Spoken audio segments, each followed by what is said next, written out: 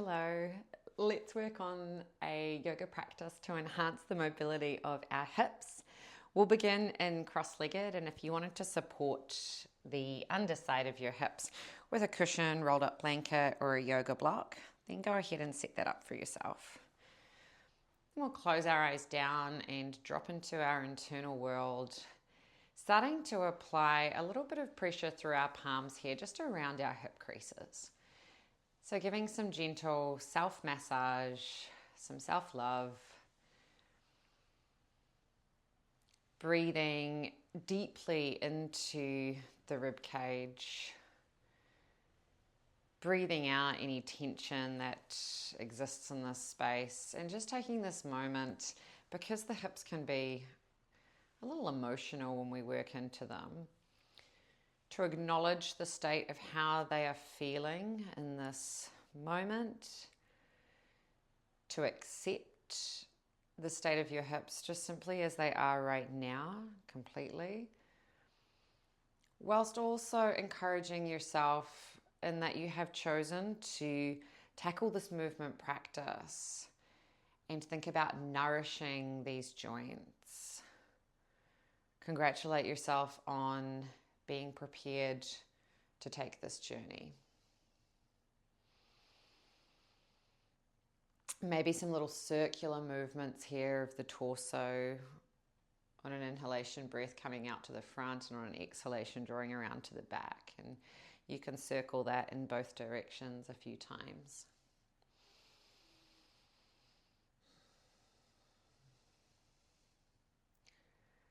And then from here, let's begin to warm the joints up a little further, fluttering the eyes open and creating a mermaid style tail out to the left hand side here, with the sole of the right foot applying pressure into the front of the left thigh. We'll set our fingertips on our right hand onto the mat. Take an inhalation breath and arc your left arm up towards the ceiling before exhaling and trying to sweep it down towards the ground. We'll circle that round again. Inhalation breath, the palm is facing the ceiling, and then exhalation breath. As we take the arm down towards the ground, we're rotating the torso. See if you can apply that pressure even more firmly through the front of the right foot into the thigh of that left leg. We'll take 5 of these total. And then on this next one, sweeping up and around, setting your fingertips down to the mat on both hands, and then pulling the chest forward, driving the shoulders onto the back. If you would like, you could come a little lower into this position, down onto your forearms, or even taking the arms forward, driving into the fingertips, and allowing the shoulders to have a little stretch here too. There's no right or wrong positioning. Tune into your body, see how it feels.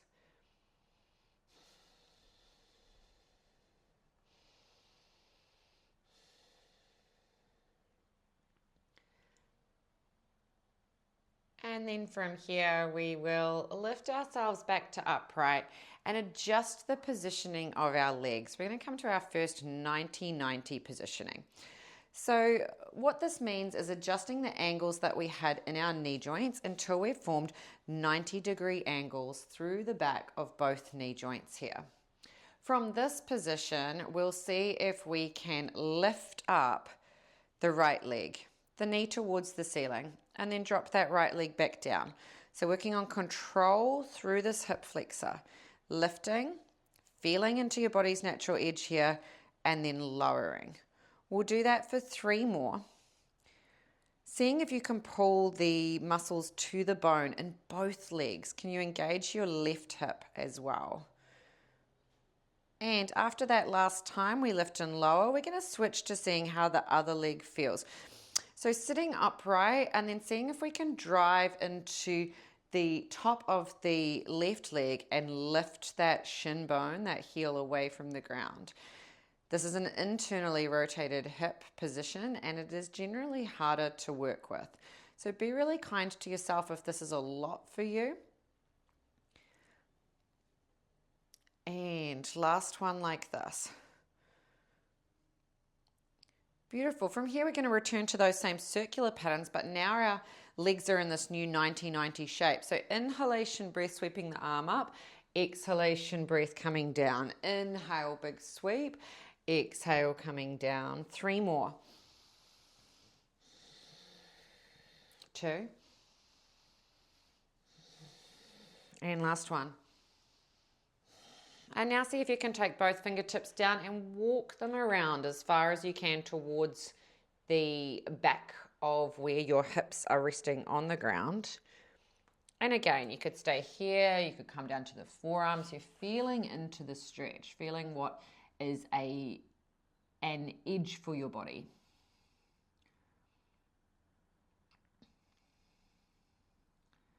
And then let's take these movements over to the other side. So nudging yourself back to upright, we're going to sweep both legs across to form our mermaid tail out to the right-hand side. Remember, we have more significant knee bends to start with, and we're focused on applying pressure through the sole of the left foot into the front of the right thigh, left fingertips grounded. Inhalation breath, we're reaching our right arm up, we're rotating through our torso. Exhalation breath, sweeping it around. Inhale, big lift. Exhale, sweep around. 3 more.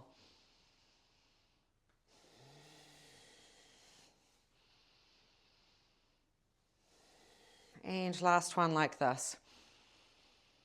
Setting both fingertips onto the mat, applying that pressure, sole of the left foot, front of the right thigh, twisting as far as you comfortably can, maybe coming down onto your forearms, maybe stretching the arms further out. Again, no right or wrong, just what feels best in your body. You'll see I came out of that one quite quickly because I'm preferring this.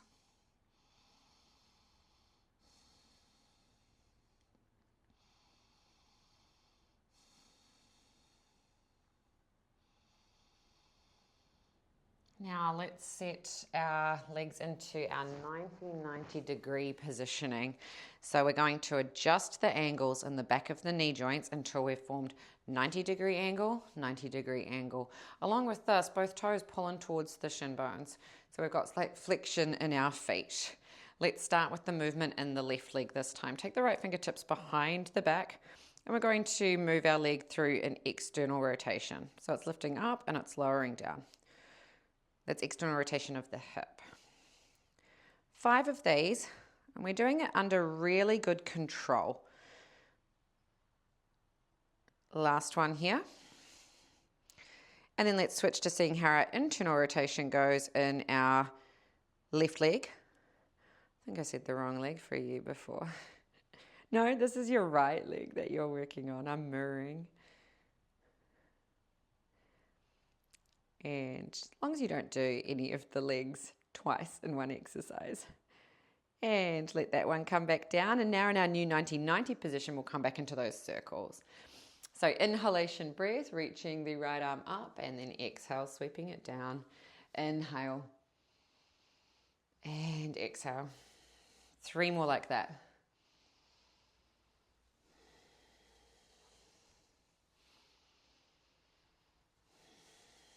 Last one.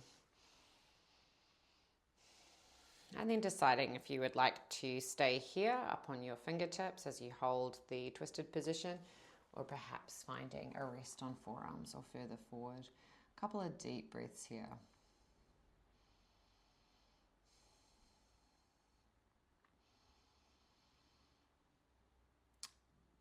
We're going to turn this from here into some more active movements, going from side to side. So we'll lift ourselves back to upright, and we're just going to set our 90-90s into a position where we're central on the mat, and we'll lean back into our fingertips to begin, or even the full weight of the body into the palms. Check again, 90-degree angles in the back of both of your knee joints. And then from here, we're going to, in a very controlled way, move the legs from side to side. So start to lift your right leg and change it until it's in an external rotation. Try and limit the amount of movement happening through your left leg, holding that one steady until it absolutely has to move to continue this transition over to the other side. So now we're holding the right leg super steady against the moving left.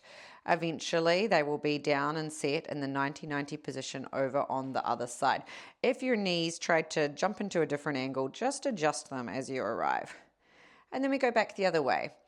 While we do this work, we are just in a really controlled state of muscle contraction, pulling the muscle to the bone, working with your body's natural resistance here. So imagining that somebody or some thick air pressure is trying to stop you from doing these movements.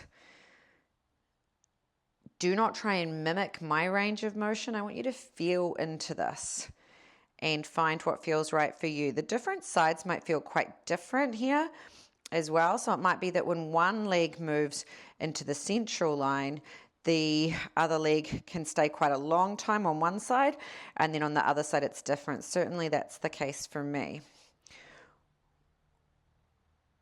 We're going to go one more time over to the right.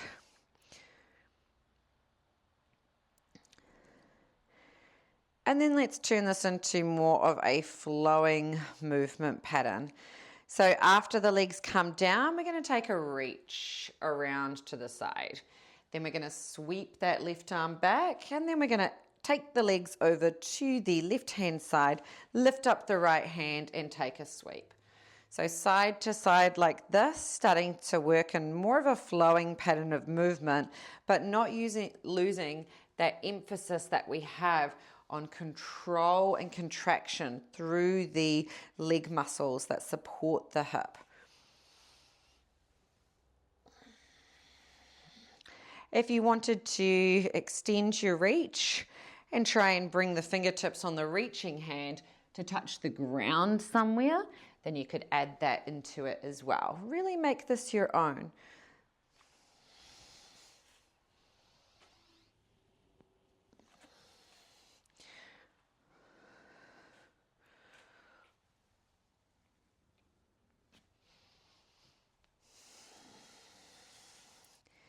And the next time we come over to the left-hand side, we're going to set ourselves back up into the middle position. Now, if you need to put your hips up onto a block and that's a better position for you, then you can go for it. It's also possible to do this positioning laying on your back. The goal is to have your legs in froggy legs. We're taking our arms here to the insides of the thighs and applying some pressure. So we're pushing against the legs with the arms, pushing against the arms with the legs, and thinking about that pressure onto the connective tissue that helps to strengthen it for our enhanced mobility. We're going to hold here, holding the tension, using powerful breathing for 10.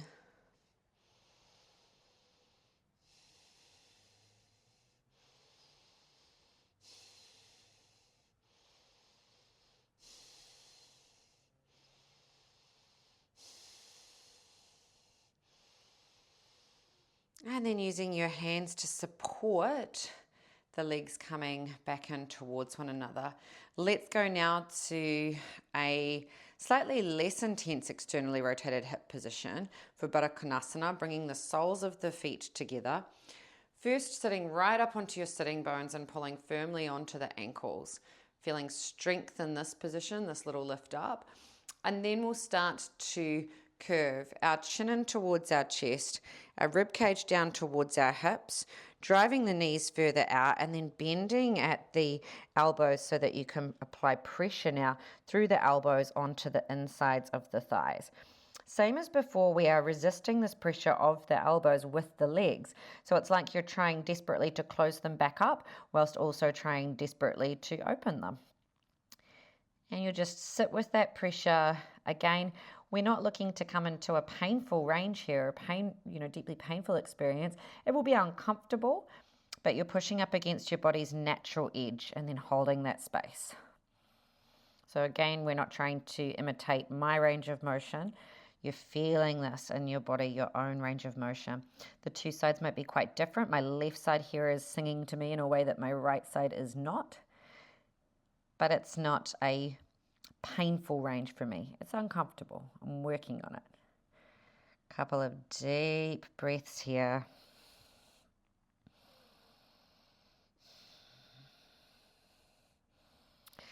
Nice work, bringing yourself back to upright. Now we want to work on just the outside of the hip flexor. So we'll take our left leg out long and then lift up our right foot. We're going to clasp around the bottom of that right foot with our palm and then take our right palm onto the edge, and we'll just bring ourselves into a cradle baby here, pulling the leg across and then back. See if you can sit really firmly upright. If you have the range of motion to do so, you could hook the sole of the foot into your elbow crease and increase this intensity here.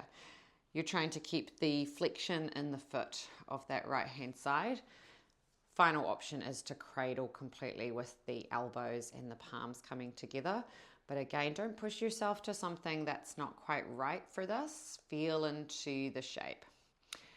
After we've finished cradling this baby, our hip baby, we're going to take the leg as far across as we can get it, trying to align our knees, trying to have the sole of the right foot facing behind us for a half shoelace. Now, you could again have your hips elevated on a block. If this is quite difficult to access, that helps us here. Then we're going to lean forward and then we're going to lean over to the left hand side.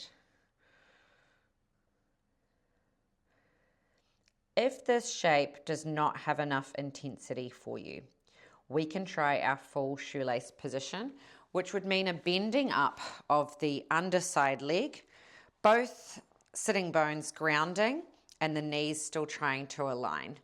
And then we can lean forward over the shape and or lean over to the left. This is a really tough one for my hips. See if you can keep applying pressure down into the mat.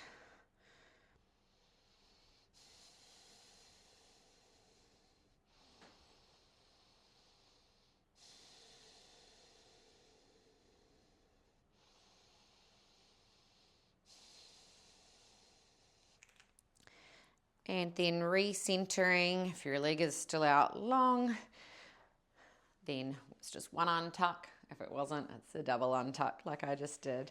Right leg comes out long, left knee bends in, capturing the sole of that left foot with your palm, cradling your hip baby side to side.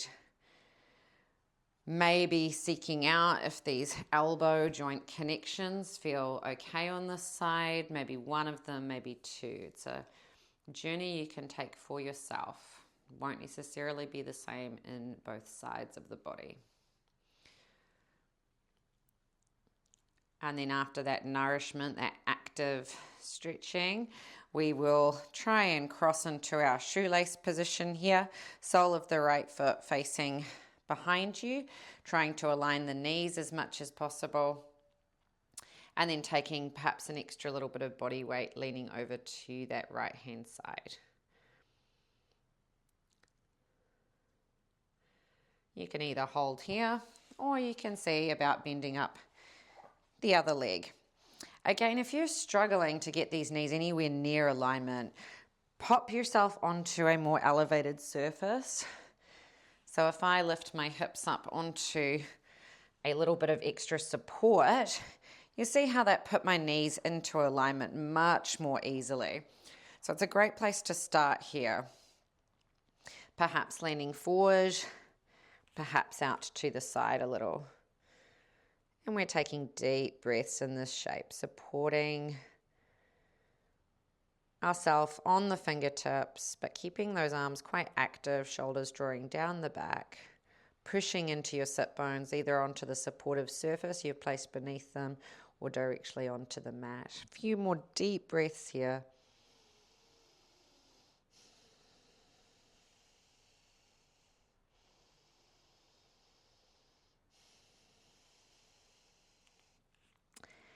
And as you're ready, returning to an upright position. And if you had that bottom leg out, it's one uncross, otherwise it's a double uncross. Taking your time, taking the legs out and just giving your legs a little bit of a pitter patter.